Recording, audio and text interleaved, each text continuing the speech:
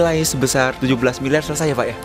Insya Allah saya yakin itu selesai karena saya mengikhlaskan apa yang menjadi aset dan saya akan memulai dari nol bersama keluarga pun bagi saya tidak ada masalah. Baik. Yang penting bagi saya lah, saya tidak mau terus membuat genderang perang terhadap Allah.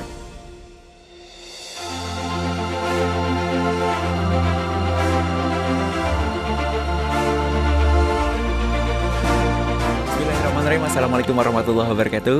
Alhamdulillah pada kesempatan yang sangat luar biasa kita kedatangan tamu. Beliau adalah Pak Muhammad Zul. Assalamualaikum warahmatullahi wabarakatuh Pak Zul. Assalamualaikum warahmatullahi wabarakatuh. Masya Allah, Pak Zul datang jauh-jauh dari kota Tanjung Pinang. Kepulauan Riau. Tanjung Pinang, Kepulauan Riau. Kepulauan Riau, baik. Datang jauh-jauh dari Tanjung Pinang ke Bogor dalam rangka ikut kegiatan yang ada di belakang, ikut kegiatan platform bisnis tanpa riba. Alhamdulillah ini adalah kegiatan selama 4 hari dan Pak Zul alhamdulillah sudah mengikuti selama 2 hari, betul ya Pak ya? Pak Zul ini alhamdulillah juga datang berarti kapan Pak? Datang siang Pak dari Tanjung Pinang. Siangnya, ya.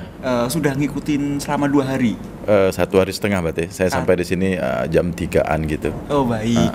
Pak Zul datang ke masyarakat tanpa riba karena memiliki utang juga gitu ya? Ya, salah satu ada kekhawatiran dengan masalah yang dihadapi juga gitu. Baik.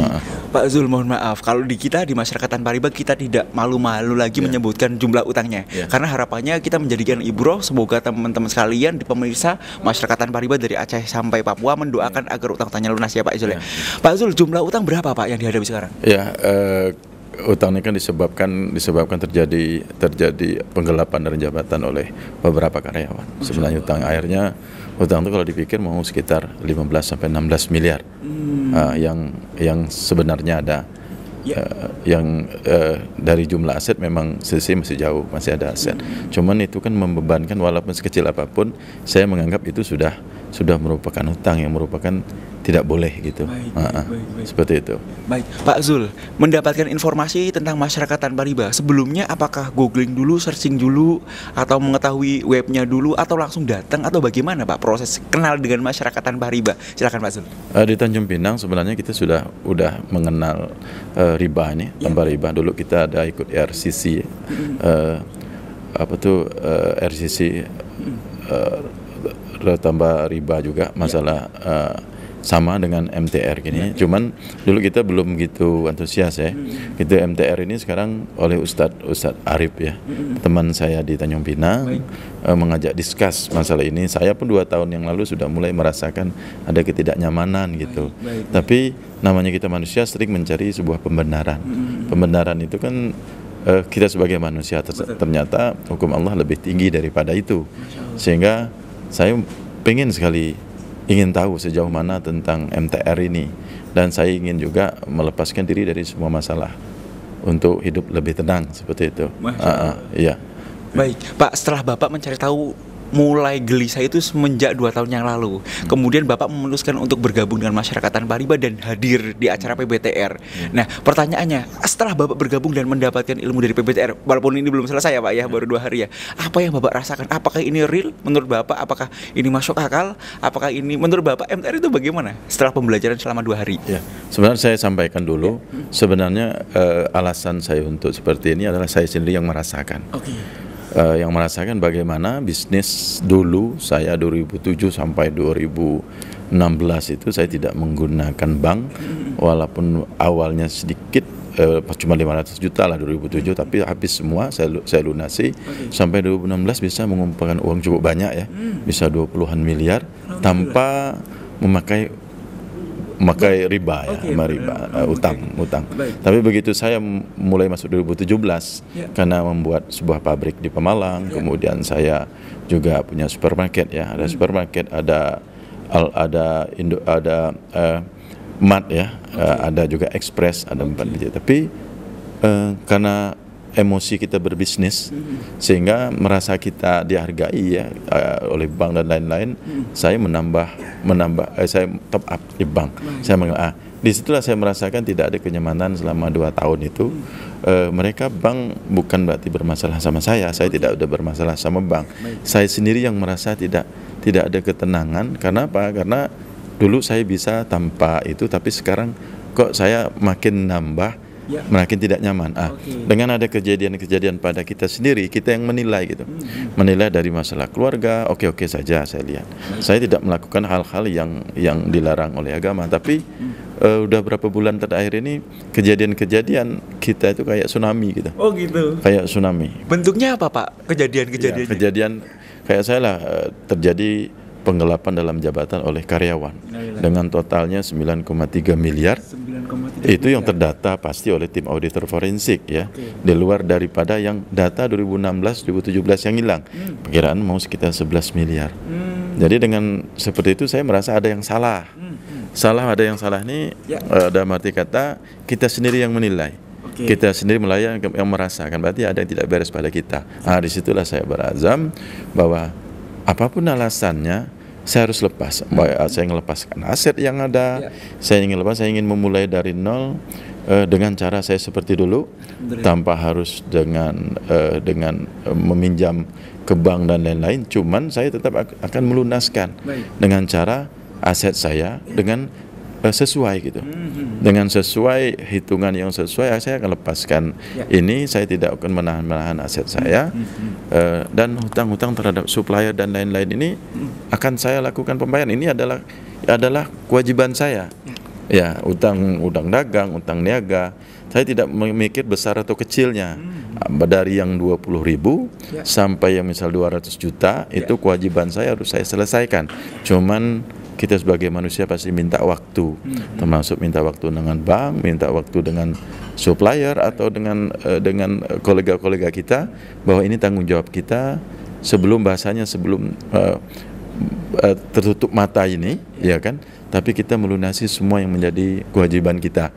Itu yang lebih penting, supaya kalau saya teruskan seperti ini, dosa saya pada Allah makin bertambah. Setiap satu hari saya meneruskan ini, satu hari dosa saya makin bertambah. Ya, jadi di situ saya bilang, biarlah saya berhadapan dengan ini dengan apa adanya, supaya hidup lebih berkah dan barokah. Seperti itu. Gitu. Jadi ikut di sini sebenarnya 1,5 hari tapi saya merasakan begitu ikut, ibaratkan hutang di bank itu kayaknya sudah lunas. Padahal hanya kita bicara di sini hanya ketawa-ketawa menyampaikan. Saya lihat adalah bagaimana emosi untuk kita menyelesaikan masalah. Tidak harus kita keras, ya, tidak harus kita kasar. Tapi kita berniat berazam bahwa akan melunaskan semua hutang dengan cara yang baik lah. Gitu. Yang saya dapat, saya bersyukur. Allah kasih saya cobaan ini dalam keadaan saya masih sehat. Alhamdulillah. Saya bersyukur ikut acara ini, saya dikasih kesempatan oleh Allah untuk bagaimana saya merubah saya dan keluarga ke depan. Ya, dengan tidak mengurangi kasih sayang saya terhadap keluarga.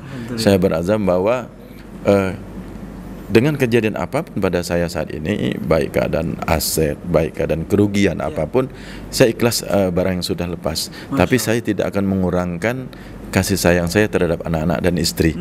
Jadi mereka mensupport saya, anak istri saya mensupport saya luar biasa, sehingga saya bisa berdiri di sini berkumpul sama teman-teman walaupun keadaan sulit, tapi saya bahagia bahwa anak dan istri saya mendukung.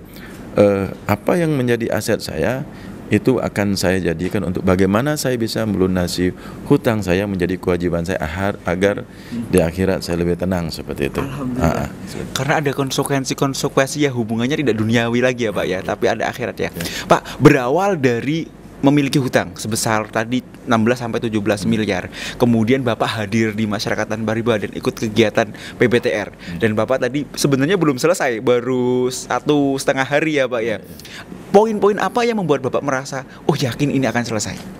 Silakan Pak. Ya, kita lihat tadi memang perkiraan kita hutang 15-16, tapi kalau kita dari bicara realnya, apa yang sudah kita lakukan pembayaran otomatis nggak segitu. Cuman ini kan kita harus melakukan bagaimana sebaiknya komunikasi kita, percaya diri kita untuk menghadapi ini semua. Jangan pertama kita setiap ada masalah tidak harus lari, tidak harus menutup telepon, tidak membalas WA, tidak mengangkat telepon, tapi malahan kita berkomunikasi dengan mereka, di mana itu adalah kewajiban kita. Bagaimana yang baik, keputusan yang baik harus kita ambil sama-sama gitu. Tidak harus melakukan pertentangan, tidak. Saya pengen semuanya, mereka juga aman, saya juga aman. Seperti itu. Insya Allah dengan ikut ini, bukan kepercayaan diri saya bertambah, bukan seperti itu, tapi saya merasa yakin bahwa Allah itu menyelamatkan saya, bahwa saya merasa yakin apa yang hilang sekarang ini itu memang bukan hak saya. Saya sudah menggilaskan, sudah hilang, cuman saya pingin sekali, termasuk kawan-kawan, teman-teman ya, ada di Tanjung Pinang, ada di Kepulauan Riau maupun ada berada di mana, belajar dengan keadaan yang ada. Apa yang ada itu sudah cukup bagi Anda, disyukuri, jangan menambah beban dengan itu, bukan luar kemampuan Anda gitu. Karena walaupun mampu, kita tidak tahu dosa yang kita jalani selama ini itu yang membuat kita menjadi turun. Dosa yang jalan selama ini membuat usaha kita bukan makin maju tapi makin turun. Kenapa? Karena saya merasa tidak bisa dicampur minyak sama dengan air dalam, ya tidak bisa bercampur. Perbuatan baik kita, mau kita umroh setiap tahun, mau kita banyak nyumbang, mau nyumbang masjid apapun, pada saat kita masih ada sangkut riba, maka itu tidak bisa kita menjadikan alasan kita berbuat seperti itu. Ya kalau memang kita ingin mendekatkan diri pada Allah, ya lepaskan itu. Tapi saya melihat memang banyak orang menjalankan riba, tapi dia oke-oke aja. Itu mungkin Allah, mungkin dia diteruskan dengan keadaannya, diteruskan dengan poya-poyanya, maka neraka jahanam lah akan menunggu. Tapi kalau kita ingin berbuat suatu kebaikan pada Allah Subhanahu Wa Taala, maka kita tidak bisa campurkan. Ya kita bisa campurkan. Tidak bisa kita campurkan, kita meminjam riba, minjam riba, kemudian kita berbuat baik, ya itu nggak bisa. Lebih baik kita putuskan, selesaikan dulu masalah ribanya, baru kita berbuat sebuah kebaikan agar menjadi berkah dan barokah seperti itu. Masya Allah, berarti Bapak datang di sini ada nilai-nilai keberkahan yang Bapak pelajari, dan Bapak yakin, Insya Allah nilai sebesar 17 miliar selesai ya Pak ya? Insya Allah, saya yakin itu selesai. Karena saya mengkilaskan apa yang menjadi aset, dan saya akan memulai dari nol bersama keluarga pun bagi saya tidak ada masalah. Yang penting bagi saya lah, saya tidak mau terus membuat genderang perang terhadap Allah. Masya Allah. Pak, banyak orang yang merasa melihat YouTube kita, melihat informasi di YouTube kita, oh ini mah tidak real. Banyak orang kok bisa 40 miliar selesai gitu ya, kok bisa nilainya 252 miliar selesai. Menurut Bapak, setelah Bapak jauh-jauh datang dari kota Tanjung Pinang datang ke Bogor, menurut Bapak ketika dapat pembelajaran kita selama 2 hari, menurut Bapak apakah itu real atau enggak Pak? Monggo Pak. Iya, saya lihat real karena itu makanya bentuk azam kita dulu, keikhlasan kita dulu. Keikhlasan kita dulu untuk mengikuti, untuk lepas dari riba itu lebih penting. Karena kalau kita sudah ikhlas, Allah akan kasih kita dengan ikhtiar kita, ya bisa saja seminggu, 1 bulan atau 1 tahun masalahnya selesai. Karena kalau saya teruskan, saya yakin dosa saya bertambah seperti itu. Tapi saya tidak harus memusuhi mereka yang selama ini membantu saya. Kita juga sama-sama kita harus saling sadar. Suatu saat sama-sama melangkah, ya kan, dengan jalan sebuah kebaikan. Seperti itu. Bersahabat dalam dakwah. Iya, tidak kita berdakwahnya secara kelembutan begitu ya Pak ya. Pak Muhammad Zul, terima kasih, kita sudah ngobrol banyak. Semoga yang kita ngobrolkan sedikit ini bisa bermanfaat bagi teman-teman yang lain. Pak, pesan-pesan bagi masyarakat tanpa riba, untuk khususnya pengusaha-pengusaha di luar sana yang memiliki utang piutang. Monggo Pak, apa Pak? Silakan. Kalau saya pikir berusaha itu tidak harus lebih cepat, ya. Tapi berusahalah itu dengan apa yang ada pada diri kita, ya, dari kita. Karena hutang yang kita lakukan riba ini bukan karena kita butuh sebenarnya, karena dorongan di sekeliling, karena ada kesempatan, karena kita dipandang besar. Karena sebenarnya kita tanpa berutang kita bisa besar, tapi kita ingin lebih besar secara instan sehingga mengabaikan apa yang dilarang oleh Allah. Lebih ke image juga ya Pak ya, mungkin ya. Iya, karena kita merasa semua menghargai kita, menghargai bank juga menghargai kita dengan kita punya aset yang ada. Padahal itu tidak baik bagi kita. Kalau saya pikir berhati-hati untuk melangkah, ya, bukan harus lebih cepat besar, tapi harus lebih berkah itu diutamakan. Baik. Terima kasih, demikianlah pembicaraan kita yang singkat dengan Pak Zul. Pak Zul ini beliau pemilik supermarket Albaik di kota Tanjung Pinang ya Pak ya. Dengan usaha lain. Dan beliau punya usaha juga di Pemalang, punya tambak dan lain-lain. Beliau hadir ke masyarakat Tanpa Riba dalam rangka belajar untuk penyelesaian hutangnya. Kita doakan bersama semoga hutang beliau tidak sampai 1 tahun Pak. Semoga bisa selesai. Amin. Kemudian dikasih kesehatan, keberkahan ya Pak ya. Usahanya semakin maju, anak-anak dikasih kesehatan dan terus support Bapak dalam penyelesaian hutang. Terima kasih banyak atas waktunya Pak. Siap. Mohon maaf kalau misalkan ada salah-salah kata. Baiklah, saya ajak kepada teman-teman sekalian yang belum bergabung dengan masyarakat Tanpa Riba, saya ajak untuk teman-teman sekalian bergabung ke masyarakat Tanpa Riba dengan menghubungi call center yang ada di bawah ini. Terima kasih. Walahul muwaffiq ila aqwamit thoriq. Wassalamualaikum warahmatullahi wabarakatuh. Pak Zul, terima kasih.